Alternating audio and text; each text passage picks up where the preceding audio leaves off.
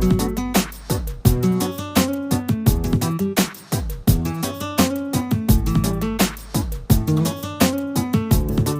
Assalamualaikum. Nama saya Nur Haslinda binti Rosli. Saya adalah pembantu pengurusan murid ataupun PPM prasekolah. Okey, pada hari ini saya akan bercerita tentang pengalaman manis saya sebagai seorang pembantu pengurusan murid. Okey. Saya start berkhidmat sebagai pembantu pengurusan murid lantikan pada tarikh 19 September 2017. Okey, saya melapor diri di JPN Pahang. Okey, saya posting pertama di SK Sungai Dua iaitu SK Sungai Dua Karak, iaitu salah sebuah sekolah orang asli yang ada di negeri Pahang lah. Okey, di situ saya dipostingkan saya punya penempatan pertama tu sebagai pembantu pengurusan murid PPM asrama. Jadi tugas saya ni bermula seawal pukul 6 pagi. Di sana kita ada shift asrama, memang akan ada shift lah kan. Jadi masuk 6 pagi sehingga pukul 2 petang. Lepas tu adalah shift 3 shift. Jadi kami bertiga bergila-gila lah mengikut shift tu. Satu masa akan ada satu PPM yang bertugas. Okey, pengalaman indah sebagai pembantu pengurusan murid asrama ni, orang asli, di sekolah orang asli memang sangat indah lah bagi saya. Antara pengalaman terindah dalam hidup saya lah. Bukan direka-reka tapi memang ikhlas lah. Okey, dekat situ pengalaman yang paling indah bagi saya bila musim durian, memang setiap hari, boleh dikatakan setiap hari, seminggu 3 ataupun 4 hari, memang akan ada ibu bapa yang menghantar durian pada saya. Jadi kadang-kadang pernah satu masa tu, satu hari sampai tiga mak orang, tiga ibu bapa, tiga tiga keluarga yang menghantar durian. "Cikgu, saya bawa durian untuk cikgu." Diorang ni memang kalau dah dapat kepercayaan kita, dia memang akan mmm, akan sayang kita lah. Macam dia akan ambil berat tentang kita, macam tu. Sekolah saya ni di Perkampungan Orang Asli, dengan Perkampungan Orang Asli tu memang dalam kawasan Perkampungan Orang Asli tu. Jadi mereka ni memang setiap hari lalu depan sekolah. Memang familiar dengan saya. Diorang dah biasa kan komunikasi kita dalam grup pun. Jadi memang pengalaman indah tu bila musim durian memang sangat indah lah. Hari-hari dapat makan durian free. Banyak pula tu, memang jiran-jiran saya pun seronok lah bila musim durian. Okey, selain pada tu pengalaman indahnya di sekolah orang asli ni disebabkan kita ni asrama. Jadi hubungan kita tu memang rapat. Maksudnya daripada bangun tidur memang kita yang kejutkan budak daripada 6 pagi sampailah pergi ke sekolah. Diorang kat sekolah dia akan dengan pihak sekolah lah. Kemudian balik sekolah tu dengan kita lagi. Jadi hubungan tu rapat. Diorang panggil pun Kak masa tu kan. Okey, Kak Linda, Kak Linda. Jadi apa-apa Kak Linda ni jadi watak penting lah dalam hidup, dari jadi rujukan mereka. Disebabkan kepercayaan mereka pada saya tu, 2 tahun berturut-turut saya di sekolah tu. Saya di sekolah tu 2 tahun, lebih kurang dalam 2 tahun. Dalam 2 tahun tu, 2 tahun berturut-turut saya dinobatkan sebagai guru penyayang. Hasil undian daripada pelajar. Alhamdulillah, memang happy lah. Bukan mudah ya nak dapat kepercayaan daripada anak-anak orang asli ni. Bila dia dah percaya pada kita, memang dia akan bercerita semua, macam tu. Dan memang akan rapat dengan kita. Kalau dia start sayang tu, dia akan, diorang ni macam naif, macam lurus kan, baik je macam tu. Apa yang kita ajarkan tu, itu yang akan diikut.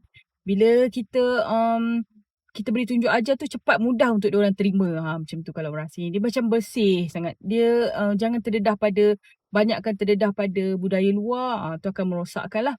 Okey, saya di sekolah orang asli ni, SK Sungai Dua ni, sehingga Oktober 2019. So saya masuk 2017 September. So saya keluar daripada situ 2019 Oktober. Saya punya permohonan untuk pertukaran ke prasekolah diluluskan. Sebabnya saya minta ke prasekolah tu sebab kekangan kekangan masa tu lah sebenarnya faktor utamanya, kekangan masa. Sebab saya berulang daripada Janda Baik ke Karak lebih kurang dalam 50 kilometer. Jadinya perjalanan saya tu akan ambil masa lebih kurang dalam 40 minit. Bila pagi, kalau pukul 5 pagi tu saya nak berulang, akan ambil masa lebih kurang dalam sejam. Saya tak boleh nak speed, saya takut kan gelap-gelap tu kat highway. Bukan semua tempat yang ada lampu. Ada certain tempat, ada sebahagian daripada tempat di Lebuh Raya Karak tu tak berlampu. Jadi saya takut untuk bawa laju lah.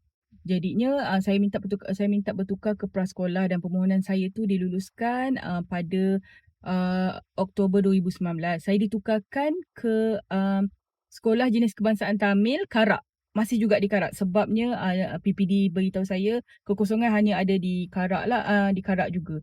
Jadi saya tak kisah, janji prasekolah sebab saya nak masuk pagi, nak balik petang. Maksudnya waktu tetap, bukan waktu shift lah, sebab saya memang tak boleh beri komitmen yang tinggi untuk masa tu. Kebetulan pula saya memang mengandung.